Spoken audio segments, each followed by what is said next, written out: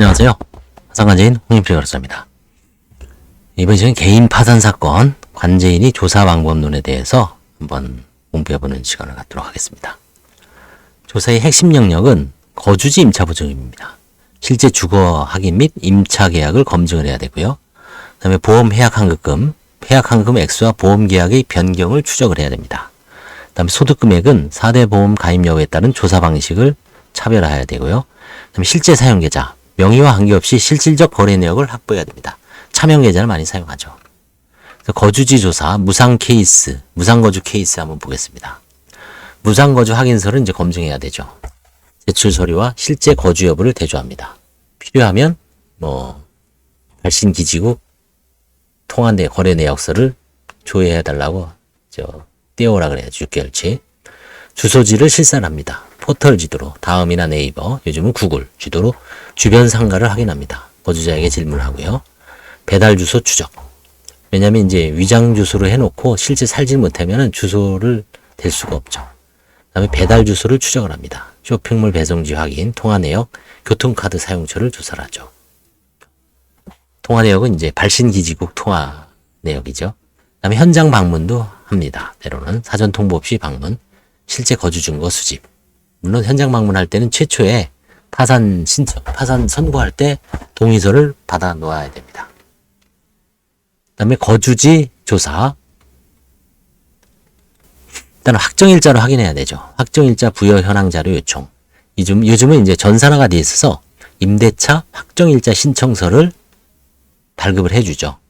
그 확정일자 발급 기관에서. 그 다음에 임차료 지급을 검증해야 됩니다. 월세 납부 내역.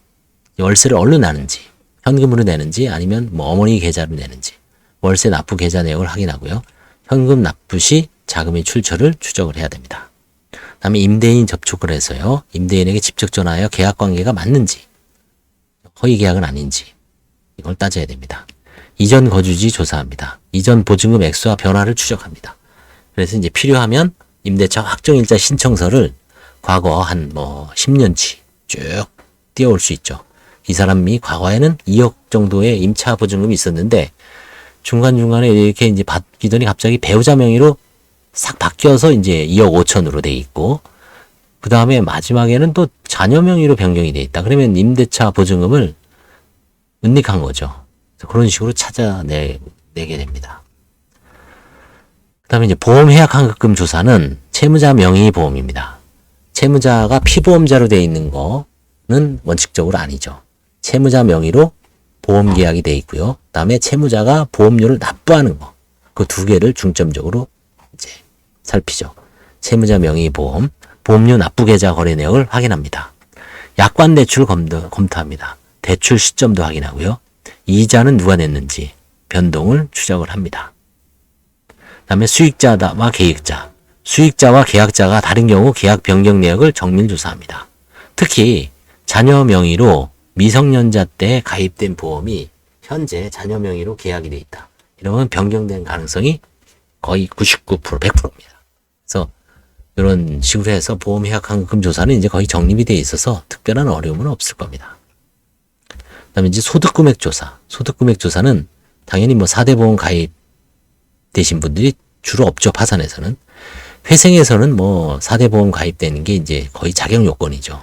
근데 파산에서는 오히려 4대 보험, 그러니까 사실 파산과 회생이 경계는 4대 보험 가입 여부에 따라서 다릅니다. 물론 파산에서도 이제 4대 보험을 가입하지 않음에도 불구하고 현장에 가서 일을 하면 고액의 소득을 올릴 수 있지만 하루 이틀이죠.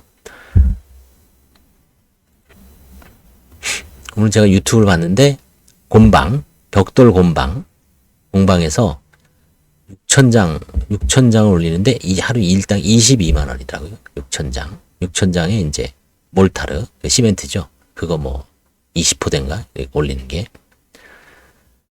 그래서 그런 요즘은 건설 현장도 4대 보험 다 되고요. 4대 보험 다 되고 소득 금액이 신고가 됩니다. 그래서 건설 현장이 옛날처럼 그냥 신용불량자들이 가서 노가다 며칠 하고 이런 데가 아니죠. 물론 그런 데도 있을 수는 있지만 그런 데는 이제 오히려 농촌 같은 데 많죠. 농장 같은 데. 소득금액 증명원 요청하고요. 그다음에 비가입자는 역추적합니다. 지출 내역으로 소득액을 추산하죠.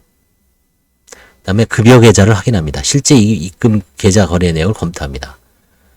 근데 이제 이럴 때 과거에 뭐 자녀 명의로 월급을 받았다고 하더라도 그걸 갖고 이제 뭐 은닉해서 모아놔서 재산 형성을 한 경우는 없고 다 소비가 되죠. 그런 행위가 있었더라도 지금 현재 파산한 면책받는데 큰 지장은 없습니다. 그 다음에 3개월 평균 지출, 파산 신청 기준으로 지출 패턴을 분석을 합니다. 이런 것도 이제 사실은 뭐 계좌 같은 거를 잘 유념해 보면 알 수가 있습니다. 그럼 실제 사용 계좌 확보 방법, 월세 내역을 추적하라. 월세 납입 계좌 확인하고요. 현금 출처 설명을 요청합니다. 과거 납입 계좌도 검토합니다. 그 다음에 휴대폰 요금 분석을 합니다. 요금 납입 계좌를 요청합니다. 납입 방법을 확인합니다. 계좌 이체인지 카드인지, 타인 납부 시도를 증빙을 요구합니다. 보험료 거래 확인, 보험료 납입 계좌 요청하고요. 과거 보험 납입 추적, 타인 납부 주장 검증. 사실 월세하고 휴대폰 보험료는 이게 가장 인간의 그 도시 생활에서는 필요한 거죠. 이거 없이는 사실은 도시에서 생활한다는 거는 의문점이죠. 그래서 반드시 뭐 하다못해 고시원 들어가더라도 30만 원 정도 있어야 되잖아요. 그렇죠? 그다음에 휴대폰도 알뜰폰이라도 써야 되고요. 휴대폰도 쓰면은 또 다른 사람 명의로 많이 돼 있죠. 그다음에 보험료도 마찬가지입니다. 다른 사람 명의로 변경해 놓고 이제 본인이 납입을 하는 경우도 있죠. 그래서 이제 그런 어떤 맹점, 아니면 이제 그 핵심 포인트를 집어내면은 변동 내역을 확인할 수 있습니다. 타인 명의 계좌 판별법. 1. 의료비 지출. 병원비 지급 내역과 진료 기록을 대조해서 의료비 지출. 그 다음에 두 번째는 가족 거래. 가족과의 빈번한 거래는 실제 이 사람이 사용할 가능성이 높다라고 할 수 있습니다. 그 다음에 핵심 확인점. 타인 계좌로 주장해도 실사용 판별이 가능합니다. 타인 계좌라고 주장하는데 뭐 예를 들어서 여자냐 남자냐에 따라서 사용 특성이 다르죠. 그렇죠? 사용 특성이 다릅니다. 그 다음에 나이가 노년하고 중년하고 소년 아니면 청년 패턴이 다르죠. 그걸 보고 이거는 진짜 이 사람이 쓰는 거구나. 아니다. 이거는 채무자가 차명 계좌를 이용한다. 라고. 그 다음에 공과금 같은 건 납부하는 거죠. 세금, 건강보험료를 누가 내주고 있는지. 그래서 이런 걸 통해서 이제 타인 명의의 계좌를 판별할 수가 있습니다. 그 다음에 현장 방문. 요즘은 이제 현장 방문 많이 안 하죠. 예전에 이제 제가 서울해생법원, 서울중앙지방 파산부 약사, 거기에 이제 간략하게 기재한 역사죠. 거기 1편인가요? 2편인가? 거기에 나오죠. 2016년도에 아마 가장 극성을 떨쳤죠. 그 현장 방문. 현장 방문하기 위해서는 사전 준비를 해야 됩니다. 면담 직후 방문 혹은 사전 동의서를 확보해야 됩니다. 그래서 요즘은 이제 파산 선고 시에 사전 동의서를 확보하는 관제인도 있을 수 있습니다. 봤습니다. 저도. 그다음에 방문 실행, 관제인과 보조인 동행하고 증거사진 촬영. 사실은 관제인하고 보조인이 동행할 정도로 요즘 같으면 지금 사건 10건배는 안 주는데, 그쵸? 동행을까지 해서 굳이, 증거사진 촬영하고요. 상황 비교합니다. 진술과 실제 거주 상황을 대조하고요. 영업장도 점검합니다. 주로 이제 영업장 정도는 갈 수 있죠, 영업장. 주거지는 가봐야 뭐, 서울 같은데 5,500만원 미만이기 때문에 설사 그게 은닉이라도, 그쵸? 별 압류 금지 범위 내기 때문에 크게 문제는 안 삼습니다. 근데 영업장은 다르죠. 영업장은. 저도 영업장을 예전에 아마 송파 쪽으로 한번 간 기억이 나네요. 그때 무슨 한식집이었는데, 그죠? 이름은 기억 안 납니다. 한식집 가서 이제 배우자가 하고 있는 거를 해서 적절하게 환가를 한 기억이 있습니다. 석천동 같았어요. 영업장 점검하고요. 그 다음에 실무조사의 체크리스트를 이제 파악을 하는 거죠. 거주지 확인, 임차보증금, 실제 거주 여부 검증하고요. 재산조사, 보험예약금, 숨겨진 자산 소득, 소득 파악, 실제 소득과 신고 내역 조달, 거래 내역 분석, 실제 사용 계좌 파악, 불법 거래 확인. 이거는 이제 하나하나씩 체크해서 이제 리스트를 만드는 거죠.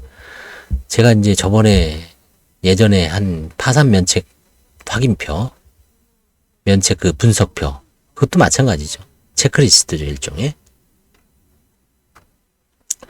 체크리스트는 이제 생각나는 게 예전에 이제 신청 대리인들이 어떤 신청 대리인과 신청인들의 뭔가 그 잘못된 거 혹은 허위로 하는 거 이런 거를 이제 관제인이 체크리스트를 만든 적이 있었죠. 수임료 그 위임장이 들어가는지 안 들어가는지, 수임료는 적절했는지 아닌지, 위임 약정 그다음에 카드로 내는지 현금으로 내는지, 뭐 불법 대출 사용하게 했는지, 그다음에 임대차 계약서를 정당하게 작성했는지, 무상거주 확인서를 사무실에서 해준 건 아닌지, 사무실 직원으로 옮겨놓고 파산 신청하는 건 아닌지, 뭐 하여튼 다양한 적이 있었습니다.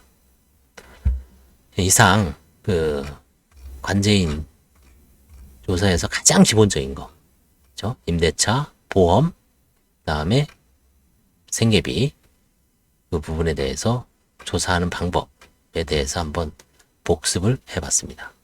감사합니다.